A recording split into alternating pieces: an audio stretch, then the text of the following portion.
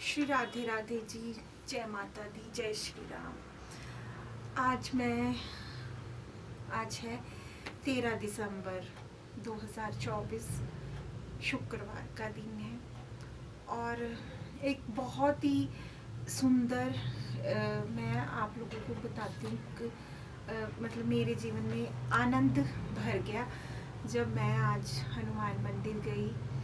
तो हनुमान मंदिर की लाइब्रेरी में मैंने नारद पुराण को देखा और मेरी इच्छा हुई कि मैं पढ़ूं। तो मैंने वहाँ की माता जी से प्रार्थना की कि माता जी, क्या मैं ये पुराण ग्रंथ का अध्ययन कर सकती हूँ? तो माता जी ने कहा हाँ हाँ बिल्कुल कर सकती हो बेटा। तो जब मैंने उसका अध्ययन किया तो मेरे ना मतलब रोम रोम खड़े हो गए उस ग्रंथ को पढ़ के।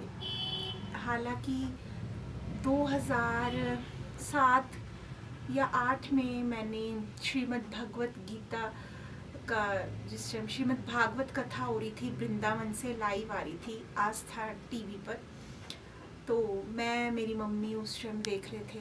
छोटी थी मैं काफ़ी उस टाइम।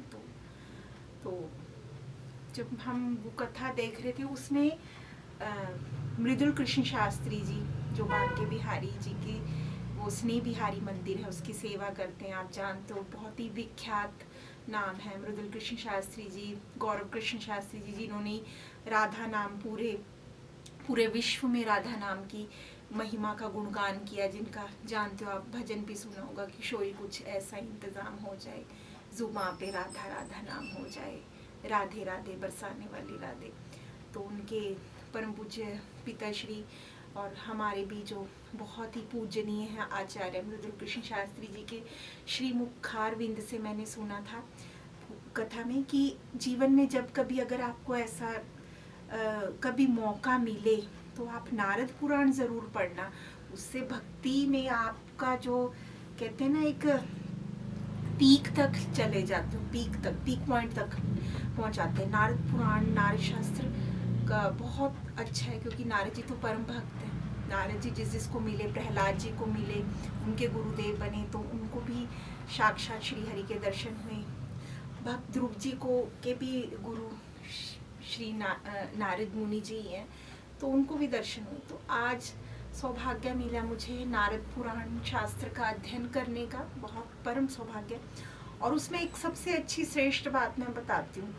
नारद पुराण की मैंने 4 अध्याय ही अभी किए और उसमें समझ आया कि आपको जब भारतवर्ष में जन्म मिला है और अगर सिर्फ आप ये नहीं कि खाना खाया या भोजन किया या नित्य के जो कार्य किया, नहीं, नारद पुराण में है कि वो बड़े ही उन पे अपार कृपा है, अनुकंपा है ईश्वर की, प्रभु की, जो सनका जी और सूत जी और नारद जी ये बात वार्तालाप कर रहे हैं कि भारतवर्ष में जिस मनुष्य का जन्म हुआ है, अगर उसे भगवत भक्तों का संग मिल जाए, और भगवत भक्त का संग तभी मिलता है जब आपके पूर्व जन्म के पुण्य उदय हो।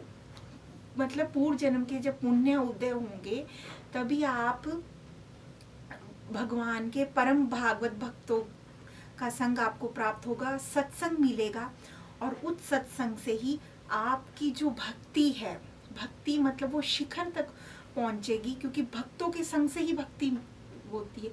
जैसे कहते हैं ना, अगर आप साइंटिस्ट के साथ बैठोगे तो आप साइंटिस्ट जैसे गुण आएंगे, आप किसी बिजनेसमैन के साथ बैठेंगे तो वो बिजनेसमैन जैसे वो आपको टेक्निक्स पता लगेगी। पॉलिटिक्स के साथ बैठोगे तो पॉलिटिक्स की कुछ बातें, कुछ आपको वो चिंतन, वो मनन वो मिलेगा। इसी प्रकार जब आप आचार्य जनों के, गुरुजनों के, श्रेष्ठ जनों के, महात्माओं के, संतों के चरणों में बैठोगे, परम वैष्णव भक्तों के संग में बैठोगे और परम श्रेष्ठ जब आप ग्रंथों का अध्ययन करोगे, चिंतन करोगे, मनन करोगे, तो आपको ऐसे ऐसे गूढ़ रहस्य आपके समक्ष प्रकट होंगे, आप सोच भी नहीं पाओगे। और सबसे अच्छी बात थी जो उसमें शुरुआत में मैंने सुना था, बहुत समय से सुना था, परम पूजनीय हमारे योग गुरु रामदेव जी महाराज जी हैं जो, उन्हीं के वहाँ पे एक बड़े ही मनीषी हुए हैं और उन्होंने सिद्ध आश्रम का जिक्र किया था, और वो सिद्ध आश्रम का जिक्र नारद पुराण में भी आया है।